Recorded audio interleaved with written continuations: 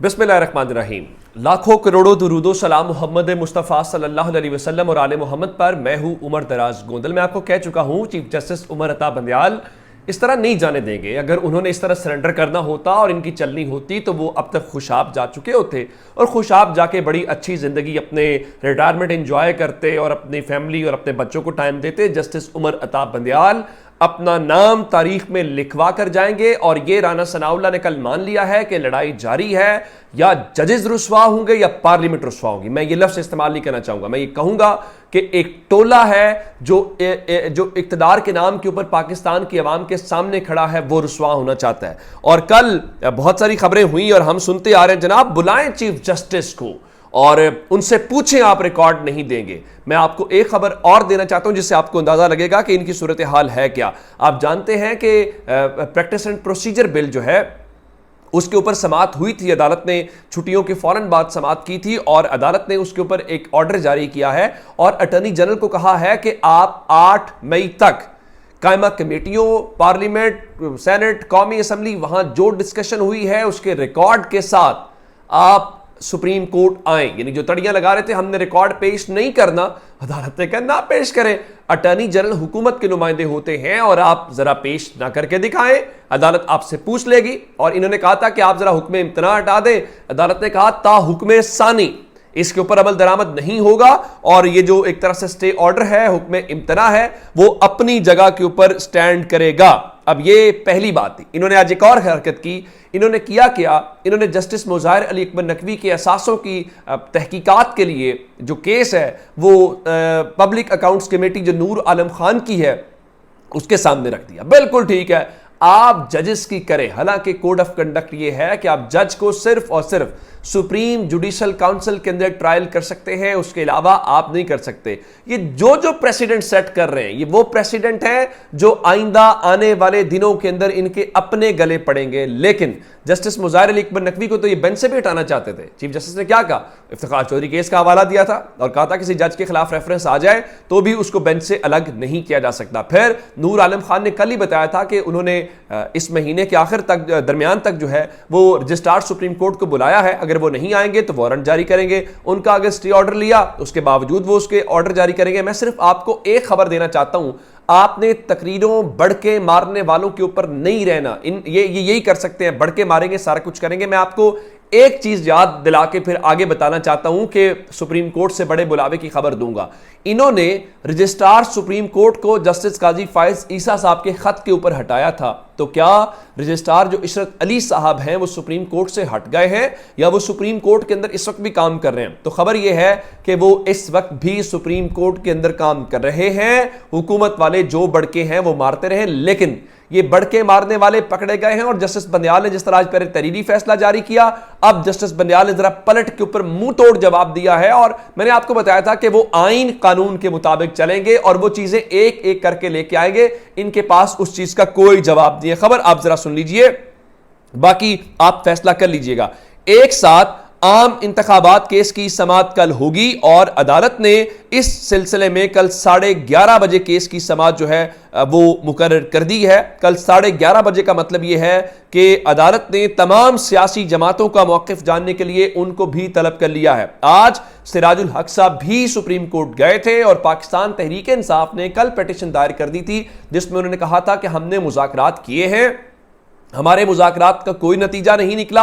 उसके बाद election commission of Pakistan ने कल इस सिलसिले में क्या किया कि अपना एक पिटीशन दायर की, रिव्यू पिटीशन, और कहा कि अदालत अपना हुक्म वापस ले। 14 मई को इलेक्शन करवाने वाला अदालत बार बार कह रही है कि 14 मई वाला जो हुक्म है वो अपनी जगह पर स्टैंड है। एक हमारे कोर्ट रिपोर्टर हैं दोस्त, उनका दावा यह है कि कल इलेक्शन कमीशन ऑफ पाकिस्तान ने जो रिव्यू पिटीशन दायर की है वो इरफान कादिर ने, उसका लबो लहजा और उस रिपोर्ट, उसकी जो ड्राफ्टिंग है वो बता रही थी कि कोई इस किस्म का आदमी ही कर सकता है और वो सिकंदर सुल्तान राजा वाली बात जो है वो बात दुरुस्त हुई है। अब मैं आपको बताना ये चाहता हूं कि अब मुज़ाकरात के ऊपर रिपोर्ट हो गई, मुज़ाकरात भी हो गए, इलेक्शन कमीशन ऑफ पाकिस्तान ने भी अपनी रिपोर्ट जमा करा दी कि हमें पैसे नहीं मिले, और उसके बाद उन्होंने ये भी कर दिया कि आप रिव्यू पिटीशन करें। और अब इस सारी सूरत हाल को देखते हुए कल फैसला कुन दिन शुरू होने वाला है। अब होगा क्या?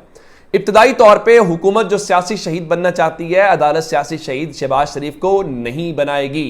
फिलहाल सेक्रेटरी खजाना जवाब देंगे, फिलहाल सेक्रेटरी डिफेंस जवाब देंगे, फिलहाल गवर्नर स्टेट बैंक जवाब देंगे।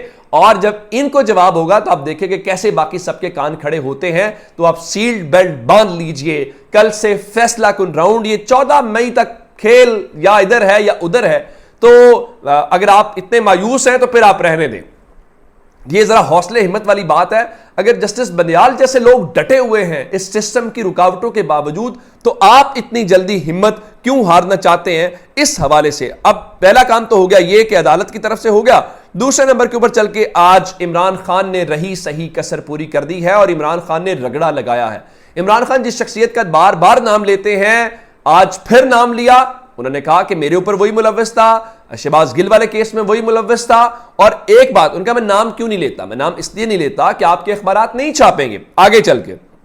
हमारे दोस्त जुबैर अली खान जिन्होंने कल बड़ा अच्छा प्रोटेस्ट भी किया था, आज उन्होंने जनरल बाजवा के हवाले से जो हामिद मीर ने इंकशाफ किया था और बाद में ISPR ने प्रेस कॉन्फ्रेंस भी की और कहा कि पाकिस्तान की फौज मुकम्मल तौर पर तैयार है, वो दुश्मन के घर तक लड़ना चाहती है, लड़ने की सलाहियत रखती है, लड़ना चाहती नहीं। तो इस हवाले से आज सवाल किया कि जुबैर का सवाल यह था कि जनरल बाजवा के बारे में कहा जाता है कि वो कहते हैं कि हमारे पास जंग लड़ने के लिए पेट्रोल ही नहीं है।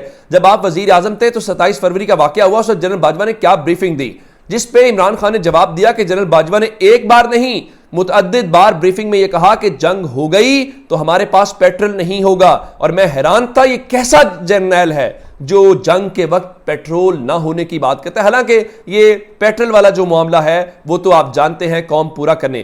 तो ये और भी बहुत सारे दोस्त रिपोर्ट कर रहे हैं कि जनरल बाजवा मीटिंग्स में कहता था कि टैंकों को चलाने के लिए तेल नहीं है। मैं कहता था ये कैसा चीफ ऑफ आर्मी स्टाफ है जो कहता है तेल नहीं है। फिर इमरान खान ने काजी फाइज ईसा साहब के मुतालिक बात की कि उनके खिलाफ जो रेफरेंस था, हमें कुछ और बताया जा रहा था कि सबकी जवाब तलबी होनी चाहिए, लेकिन हमें उनका ये क्योंकि इल्जाम लगाया जाता है कि काजी फाइज ईसा के खिलाफ जस्टिस जनरल फैज लेके आया, उनका नहीं, ये जो रेफरेंस है ये फाइज ईसा से भी, जो फैज हमीद से भी बहुत ऊपर आया। फैज हमीद से ऊपर कौन हो सकता है? DGI से ऊपर आर्मी चीफ हो सकता है। इसका मतलब है वो जनरल बाजवा की तरफ इशारा कर रहे हैं। तो इमरान खान ये छोड़ेंगे नहीं, इमरान खान घर तक छोड़ के आएंगे और खूब रगड़ा लगाएंगे। और इमरान खान ने आज भी रगड़ा लगाया है। खबरें यही थी कि आज हुकूमत के या बहुत सारे लोगों की ख्वाहिश थी इमरान खान को गिरफ्तार करना, लेकिन इमरान खान आज भी गिरफ्तार नहीं हुए।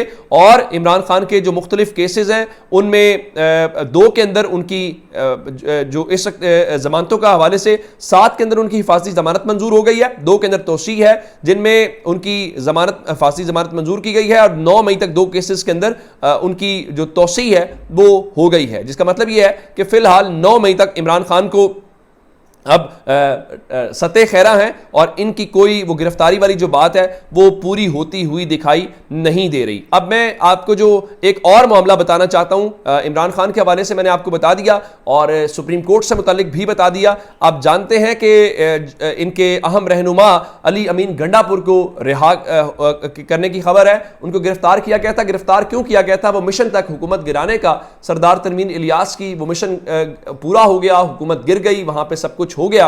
और वहां पे भी आज इमरान खान से सवाल हुआ कि वहां पे हुकूमत किसकी है, किसने हुकूमत गिराई, और पंजाब की हुकूमत तो उन्होंने उसी शख्स का नाम लिया जो वो बार बार नाम लेते हैं। आज भी उन्होंने वही एक बार फिर नाम लिया। जाते जाते एक खबर, उस दिन चौधरी परवेज राय के घर पे जब छापा पड़ा तो एक अफसर थे जहां पे एडिशनल DG साहब वकास साहब, वो बार बार शोर मचा रहे थे और बड़ी बातें कर रहे थे। आज अदालत तौहीन अदालत का केस जब लगा तो जनाब आली उन्होंने, अदालत ने उनको कहा कि आप जाएं और पब्लिकली माफी मांगे। उन्होंने प्रेस कॉन्फ्रेंस की और उन्होंने अपोलोजाइज किया और कहा कि मैं तौहीन अदालत का सोच भी नहीं सकता। पाकिस्तान की अदालतें काम करें तो यूं उनके कहने के ऊपर जो इस मुल्क की असल हुकूमत चलाती है, लोगों को, अफसरों को, इदारों को, सबको, मेरा ख्याल ये है कि बहुत जल्दी ये होगा। लेकिन उसके लिए पाकिस्तान की अदालतों को, पाकिस्तान के निज़ाम इंसाफ को स्टैंड करना पड़ेगा। अदरवाइज पाकिस्तान 75 क्या 175 साल भी यही साइकिल चलता रहेगा। अपना बहुत सारा ख्याल रखिएगा। खुदा हाफिज।